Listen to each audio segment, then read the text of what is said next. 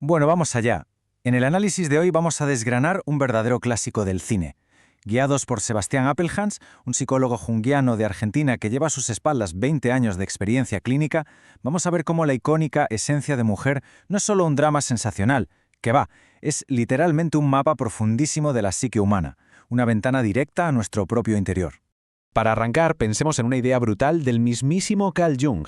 Resulta que nuestras películas favoritas nos atrapan de forma casi hipnótica, porque, en el fondo, actúan como un espejo de nuestras propias batallas psicológicas ocultas. Esa es la verdadera magia del cine. Proyecta en una pantalla gigante lo que somos incapaces de ver dentro de nosotros mismos. Por eso, hoy no vamos a repasar sin más una cinta del 92 dirigida por Martin Brest. Vamos a meternos de lleno en un auténtico viaje alquímico de transformación psicológica. Usaremos estas actuaciones, que son historia pura del cine, para comprender cómo funciona nuestra cabeza cuando nos encontramos al borde del abismo. A ver, en la superficie, la trama nos pone delante a dos personas que están en los polos opuestos de la vida. Por un lado tenemos a Charlie Sims, el típico estudiante becado, súper rígido moralmente, que se enfrenta a un problemón ético en su elitista colegio.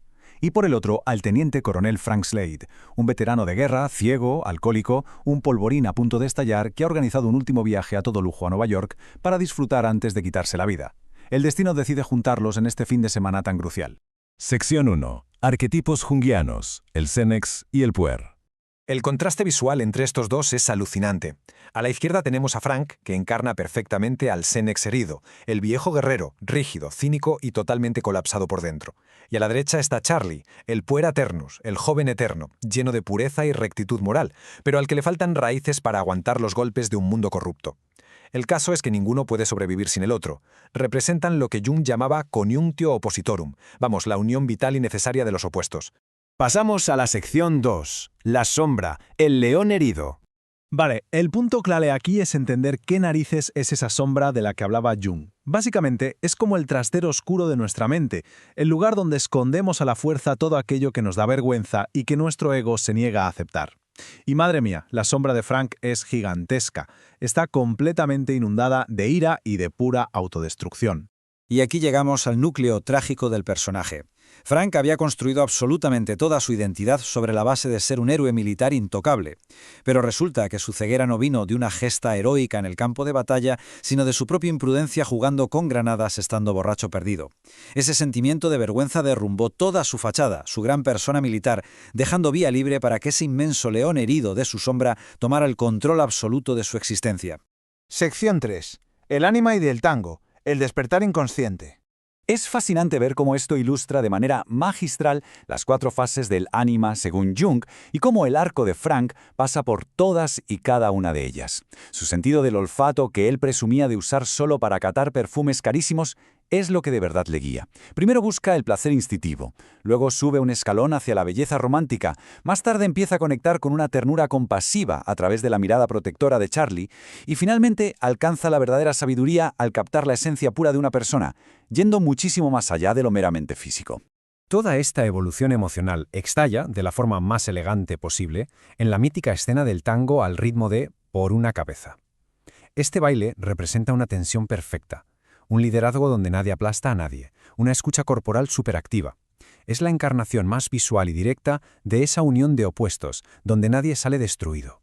¡Qué maravilla de frase! En ese instante mágico en la pista de baile, Frank suelta de golpe todo ese control racional que tanto lo está asfixiando por dentro. Activa su intuición a niveles estratosféricos y se convierte, paradójicamente, en el ciego que mejor ve de todo el salón. En ese segundo exacto, Frank no se está muriendo, está más vivo que nunca. Hagamos aquí una pequeña pausa para reflexionar. Si pensamos en nuestra propia experiencia, ¿qué elemento sutil, a lo mejor un perfume de la infancia, una canción exacta o una textura, despierta de repente esa parte de la psique que creíamos completamente dormida cuando la pura lógica ya no nos sirve de nada? Sección 4. Nigredo, descenso al inframundo. Jung rescató de la alquimia medieval una idea loquísima y a la vez brillante.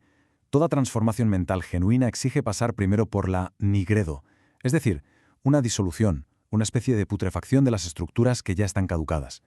El viaje a Nueva York de Frank no es una escapada de vacaciones, es estructuralmente una acatabasis, un descenso brutal a las profundidades de la desesperación del que va a ser imposible volver a menos que haya alguien ahí para acompañarlo. Y así llegamos a la escena más desgarradora y a la tremenda paradoja de esta historia, el intento de suicidio. Frank, enfundado en su uniforme militar de gala, apuntándose a sí mismo con el arma. Desde el prisma de Jung, esta crisis suicida es en realidad el grito desesperado de un alma que suplica una metamorfosis. Ojo a esto, no es el hombre de carne y hueso el que tiene que morir, sino ese coronel rígido e invulnerable. Esa identidad ya no le da vida, es una persona, una máscara, que tiene que perecer sí o sí para que nazca el verdadero ser. Segunda pausa reflexiva, y esta es para mirarnos al espejo sin trampas. ¿Qué aspecto de nuestra propia identidad, qué máscara estamos defendiendo a capa y espada aunque nos esté destrozando por dentro? A veces, no nos engañemos, una parte de lo que fuimos tiene que desaparecer irremediablemente para poder seguir creciendo.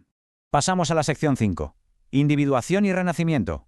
Afortunadamente, Charlie entra en acción como un auténtico faro en plena tormenta, devolviéndole a Frank el reflejo de su propio valor. Y superada esa negrura, llegamos al clímax total. La irrupción de Frank en la asamblea del Colegio Byers va a 1000 pueblos más allá de salvar al chaval de un castigo. Ese discurso es la manifestación grandiosa y pública del sí mismo ya integrado. Frank ya no habla desde la vergüenza de su sombra, ni desde la armadura rancia de su persona militar. Habla desde su humanidad total, defendiendo el alma genuina de un chico joven frente a la hipocresía de toda una institución. Es un renacer con todas las letras.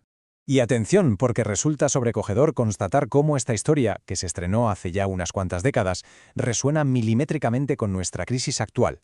Appelhaas en Suglias nos hace ver que esta epidemia de aislamiento, esta tremenda crisis de identidad que se traduce en cifras tan dolorosas de sufrimiento silencioso y la falta desesperada de mentores reales que guíen sin juzgar, son temas que están más al orden del día que nunca. El personaje de Frank Slade es un manual de psicología abierto en canal sobre las heridas del mundo contemporáneo.